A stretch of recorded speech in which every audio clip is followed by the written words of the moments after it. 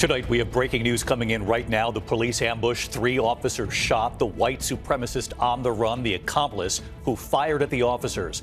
Where they have now been caught tonight, and authorities just moments ago revealing they now want to know, did they kill while on the run?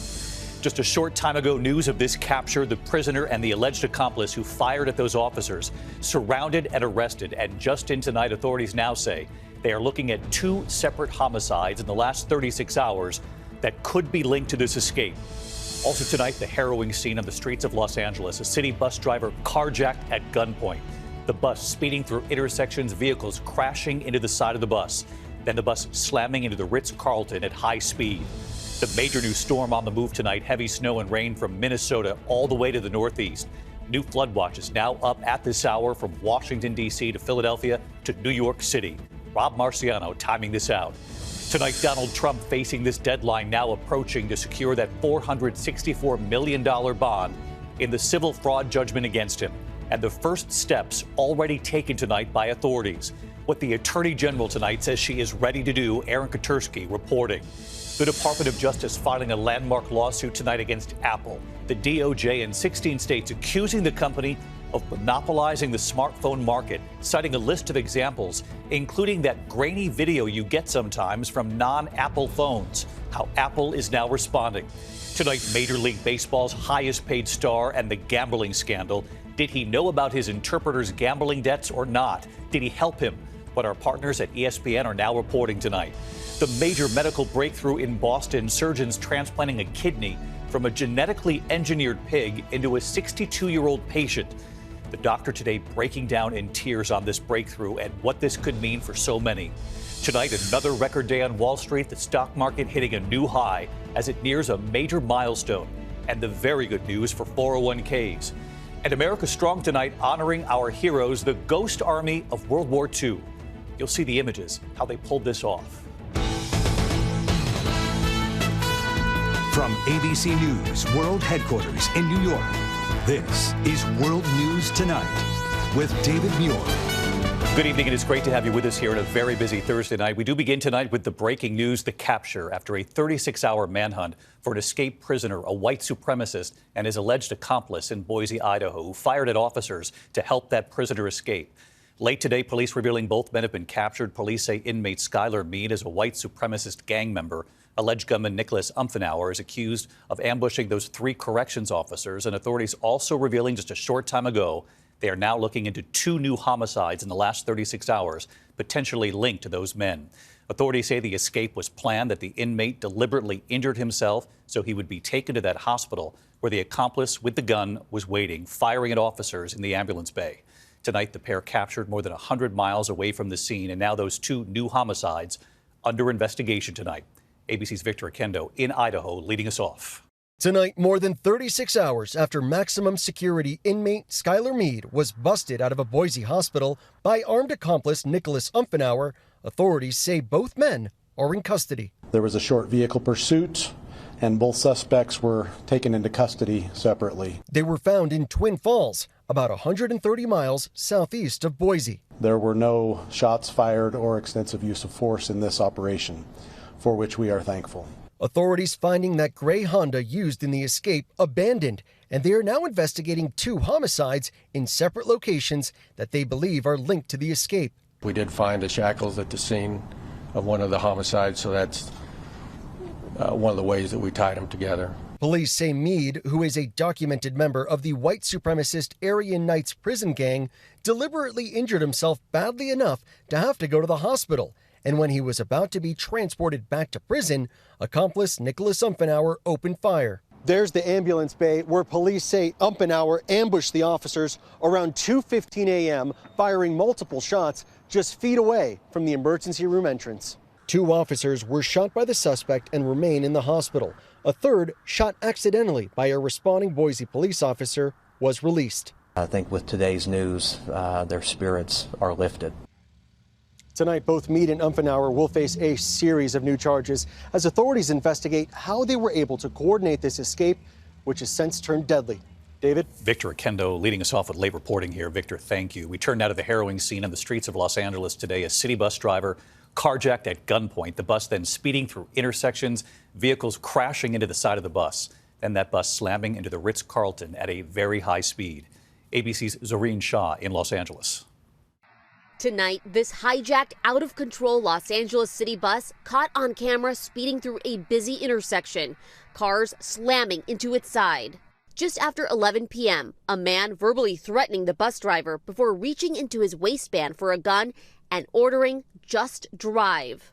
The bus careening through traffic, the hijacker grabbing the wheel, colliding with an occupied vehicle before plowing into the Ritz-Carlton at a high speed.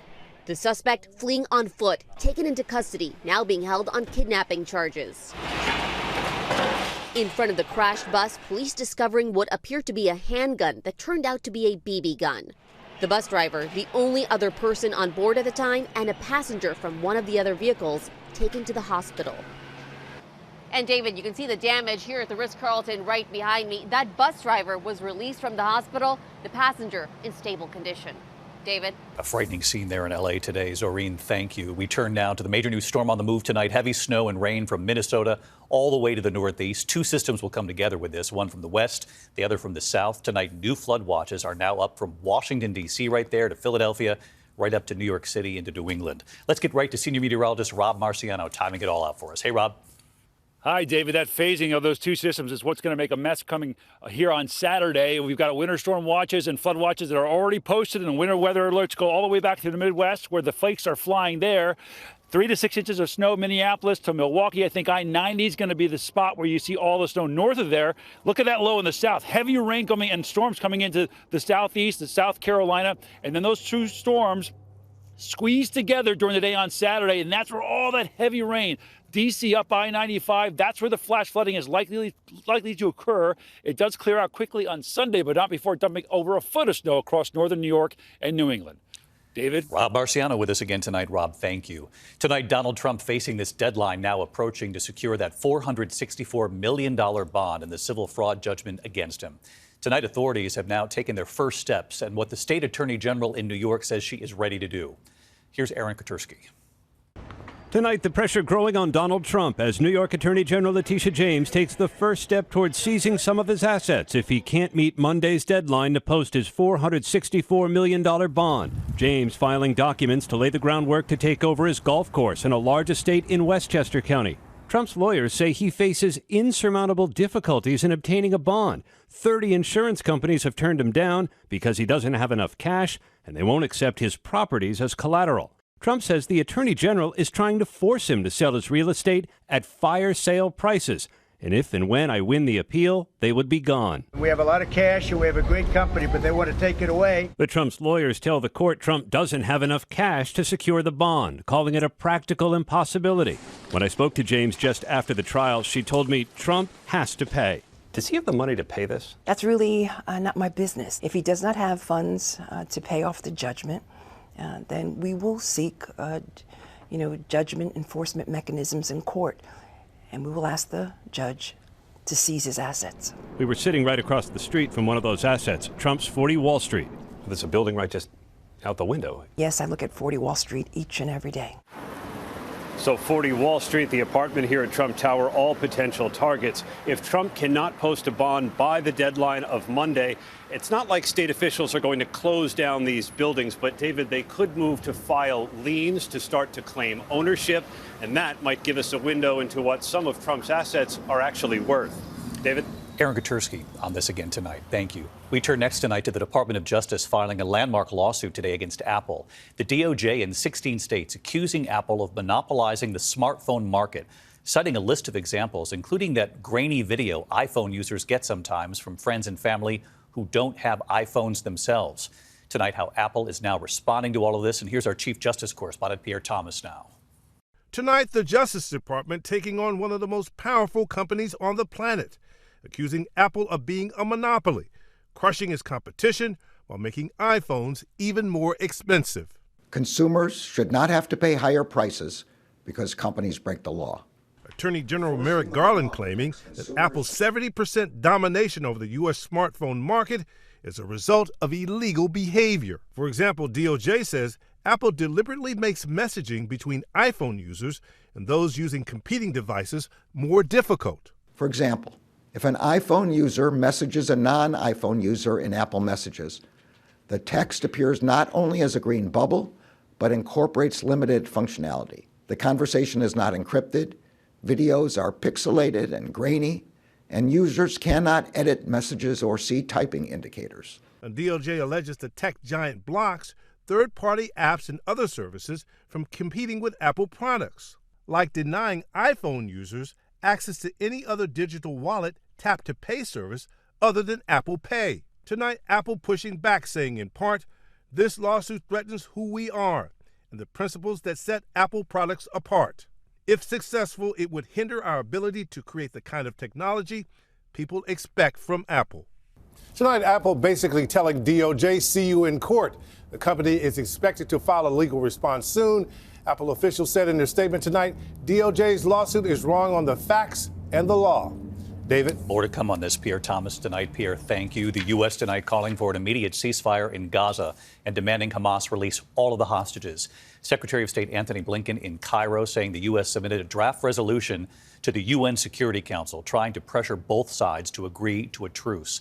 It comes after President Biden warned Prime Minister Benjamin Netanyahu against an offensive in the southern Gaza city of Rafah. Tonight, meanwhile, House Speaker Mike Johnson has invited Netanyahu to address the U.S. Congress. Tonight, Major League Baseball's highest paid star and new questions involving a gambling scandal. The L.A. Dodgers' Shohei Ohtani. Did he know about his interpreter's gambling debts? And did the baseball star help his interpreter pay some of those debts?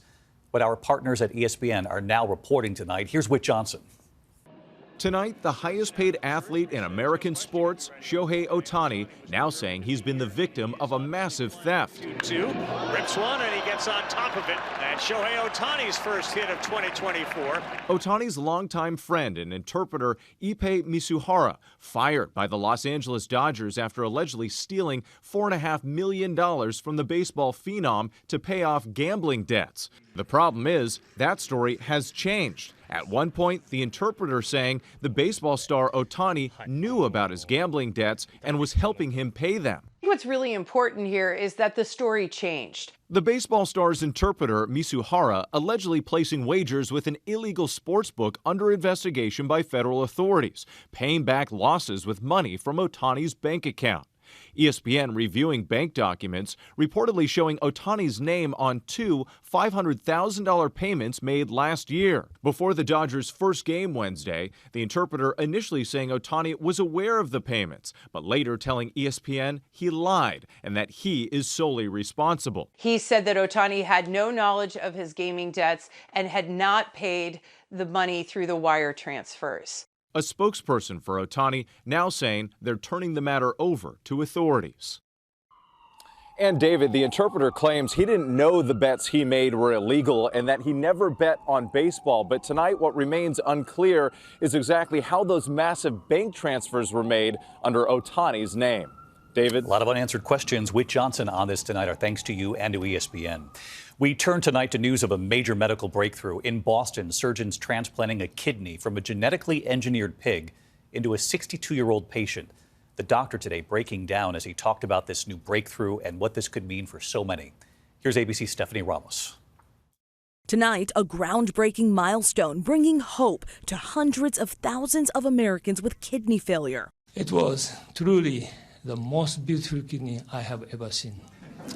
Surgeons at Massachusetts General Hospital say they transplanted a pig's kidney into a living human for the first time. Doctors say the patient, Rick Slayman, a 62-year-old black man, had been desperately sick on dialysis. He literally said, I just can't go on like this. I don't want to go on like this. Black Americans are nearly 4 times more likely than white people to suffer end-stage kidney disease. Since the transplant 5 days ago, Slayman is recovering well and could soon go home. Of the nearly 89,000 people waiting for a kidney, about 16,000 a year will get one. If this transplant is successful and future research shows it's safe, doctors hope it could pave the way for an endless supply of pig kidneys and make the need for long-term dialysis obsolete. But that could take years. The leader of the transplant team today overwhelmed with emotion. I cannot think of a more dedicated team in the world, and I'm honored to be part of it. So far, doctors say the patient's new kidney seems to be functional. Doctors will continue to monitor him for any signs of rejection, but doctors say he is improving every day. David. Everyone pulling for that patient. Stephanie, thank you. We turn now to the economy tonight and another record day for the stock market. In fact, the Dow tonight nearing a remarkable new milestone. The Dow gaining 269 points today, finishing the day at 39,781, closing in on that 40,000 milestone. The Dow more than doubling its value in the last 4 years, bringing some good news tonight for 401ks after COVID and the economic strain that came with it. Let's get right to ABC's Ariel Reshef. She's live on Wall Street tonight as the Dow nears 40,000. Ariel?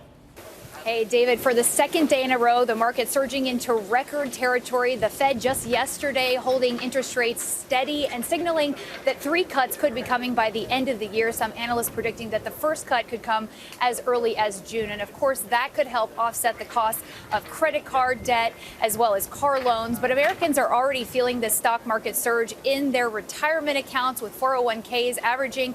They're up about $12,000. And I want to show you just how far we've come since the stock market crashed at the top of the pandemic.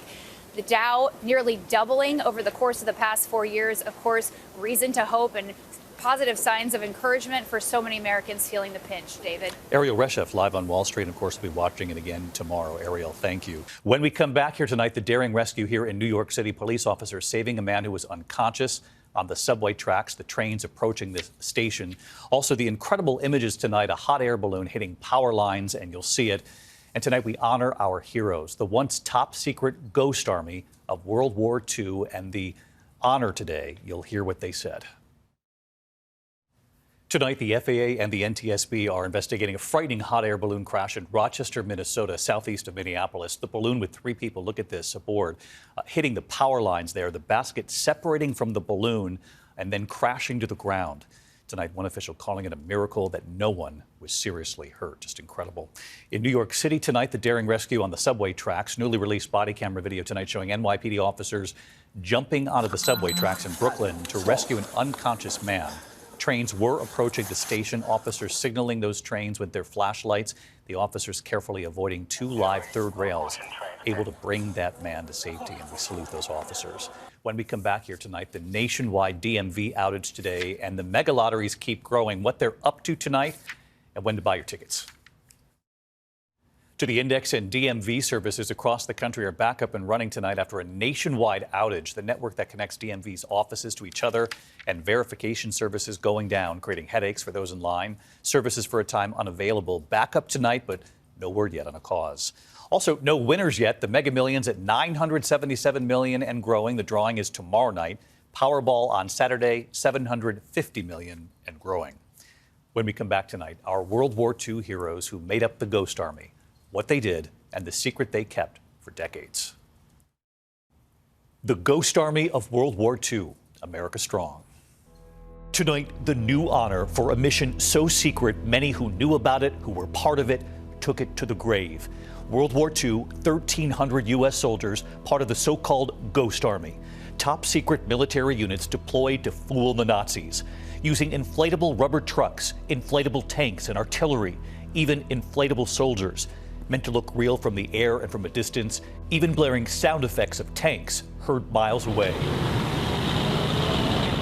The strategy deceiving enemy forces, freeing up real units to strike unexpectedly, saving an estimated 15,000 to 30,000 lives, helping to defeat the Nazis. The mission remained top secret for 50 years, declassified in 1996. And tonight, nearly 80 years later, the Ghost Army now recognized with the Congressional Gold Medal.